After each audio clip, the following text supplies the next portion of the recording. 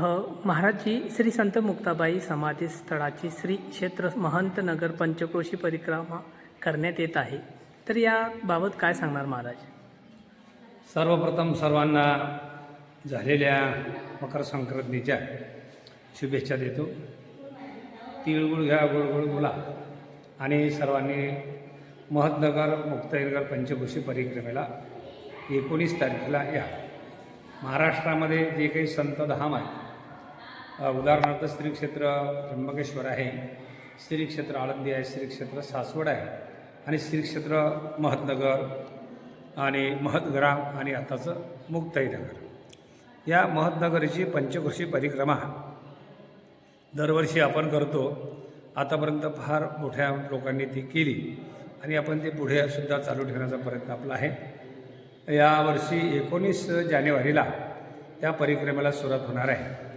परिक्रमा ही जशी या क्षेत्राची असते तशी अनेक परिक्रमा आपल्या धार्मिक दृष्टीने पुराणामध्ये त्याचं वर्णन आहे आणि म्हणून या क्षेत्राची परिक्रमा म्हणजे महतनगर पंचक्रोशी परिक्रमा म्हणजे आपलं अधिष्ठान जे आहे श्री क्षेत्र मुक्ताईनगर, आपल्या जुन्या मंदिरावरून ही परिक्रमा सुरुवात होईल आणि त्या सर्व तीर्थ या पंचक्रोशीमध्ये जेवढे तीर्थ आहेत, गुप्त आणि सुप्त, ज्ञात आणि अज्ञात काही तीर्थक्षेत्र असतात. उदाहरणार्थ मार्कंडेय तप येथे केले, ज्या ठिकाणी मार्कंडेय ऋषींनी तप केलं ती टेकडी मार्कंडेय टेकडी मानेगावजवळ आहे.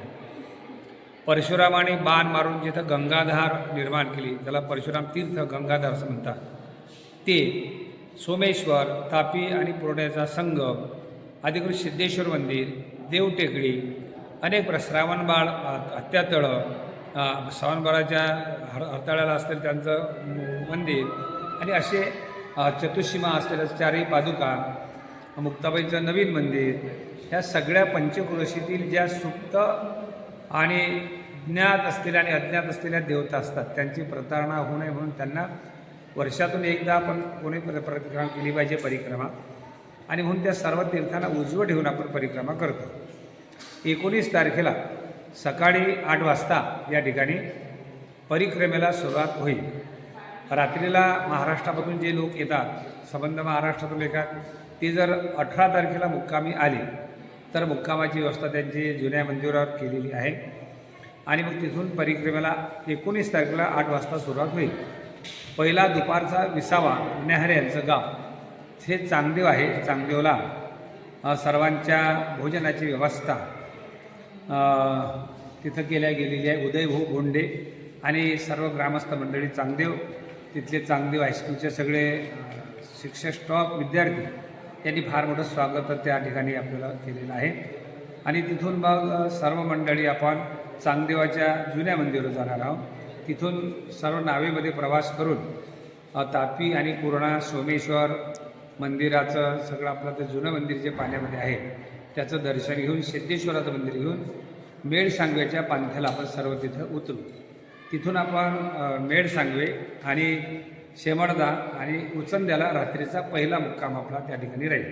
तिथे गेल्यानंतर गावामध्ये मिरवणूक होईल, हरिपाठ होईल, रात्रीचा 1 तासाच्या वाटचालीची कीर्तनाची सेवा होईल आणि पुन्हा 20 तारखेला सकाळी आपण सकाळी चहा घेऊन तिथून उचंद्यावर प्रस्थान करू आणि ते प्रस्थान केल्यानंतर पूर्णाला थोडा नाश्ता होईल आणि खामखिळ्याला आपण त्या देवीच्या मंदिरामध्ये विनोद भाऊ सोनवणे यांच्याकडे देवीच्या मंदिरावर फराळ करून पिंपरी आकारून या गावचा न्याहारीच्या गावाला आपण म्हणजे दुपारच्या विसाव्याला तिथं जाऊ. दुपारचा विसावा झाल्यानंतर आपण देवटेकडी पुढे निमखिळीला रात्री मुक्कामाला जाऊ. त्या ठिकाणी दीपक भाऊ साळुंके यांनी दुपारच्या नैवेद्याची भोजनाची व्यवस्था केलेली आहे. रात्रीला त्या ठिकाणी मुक्काम राहील. पुन्हा 20 तारखेला मुक्काम झाला, 1 तासाची आपली वाटचालीची सेवा झाली आणि हे सगळं आटोपल्यानंतर पुढे आपण सकाळी 21 तारखेला प्रस्थान घेऊ. 21ला पूर्ण हरताळ्यापर्यंतचा पूर्ण फॉरेस्टमधला म्हणजे जंगलाचा रस्ता आहे. तिथून आपण सगळा प्रवास करून हत्यातळं असलेलं हरताळा त्या ठिकाणी श्रावणबाळाचे मंदिर आहे त्या मंदिरावर जाऊन ग्रामस्थ मंदिर हरताळा यांच्यातर्फे सगळ्या दुपारच्या न्याहारीची व्यवस्था आपल्याला सगळ्या ग्रामस्थांनी केलेली आहे. तिथं दुपारचा त्या गावच्या सप्ताहाचा काला होईल, भोजनाची व्यवस्था होईल आणि भोजन झाल्यानंतर आपण पुन्हा आदिशक्ती मुक्ताबाईच्या मूळ जो मंदिर आहे हरदाळ्यावर जुनं मंदिर आपलं कोथळीमधलं, त्या ठिकाणी आपण श्री संत मुक्ताई संस्थान श्री क्षेत्र मुक्तानगर जुने मंदिर त्या ठिकाणी आपण येऊ, म्हणजे वळवा फाट्यावर. आणि संध्याकाळी 5 वाजता पूर्ण या 3 दिवसाच्या 65 किलोमीटरच्या पंचक्रोशी साधनेची जी साधना काया वाचा आणि मनाने कायिक वाचिक आणि मानसिक तप घडवणारी साधना आहे, ती साधना आपण इथं पूर्ण करू. इथं 15-20 मिनटामध्ये लगेच अर्ध्या तासाच्या अवधीमध्ये काल्याचं कीर्तन होईल आणि सर्व परिक्रमेच्या या कार्यक्रमाची या वर्षाची परिपूर्ण ते सांगता होईल. पुंडलिक वरदा हरी विठ्ठल श्री ज्ञानदेव तुकाराम. आणि आता भाविकांना एवढीच विनंती आहे, आपण महिनाभर मुक्ताईच्या वारीला जाऊ शकत नाही आणि म्हणून आपण 3 दिवसाची आणि कमी असलेली सर्वांना म्हणजे खऱ्या अर्थाने शक्य असलेली अशी परिक्रमा 3 दिवसाची आपण केली पाहिजे. प्रामुख्याने त्यामध्ये सर्वांना विनंती करतो, आवाहन करतो, विशेष म्हणून टाळकरी मंडळी या आणि टाळकरीमध्ये येताना आपापला स्वतःचा टाळ घेऊन या, आपल्याकडे की पताक असलेले तर पताक घेऊन या आणि या आईसाहेबांच्या परिक्रमाचा श्री क्षेत्र पंचक्रोशी म्हणजे महत्नगर पंचक्रोशी मुक्तानगर पंचक्रोशी परिक्रमेचा आनंद आपल्या जीवनामध्ये घ्या.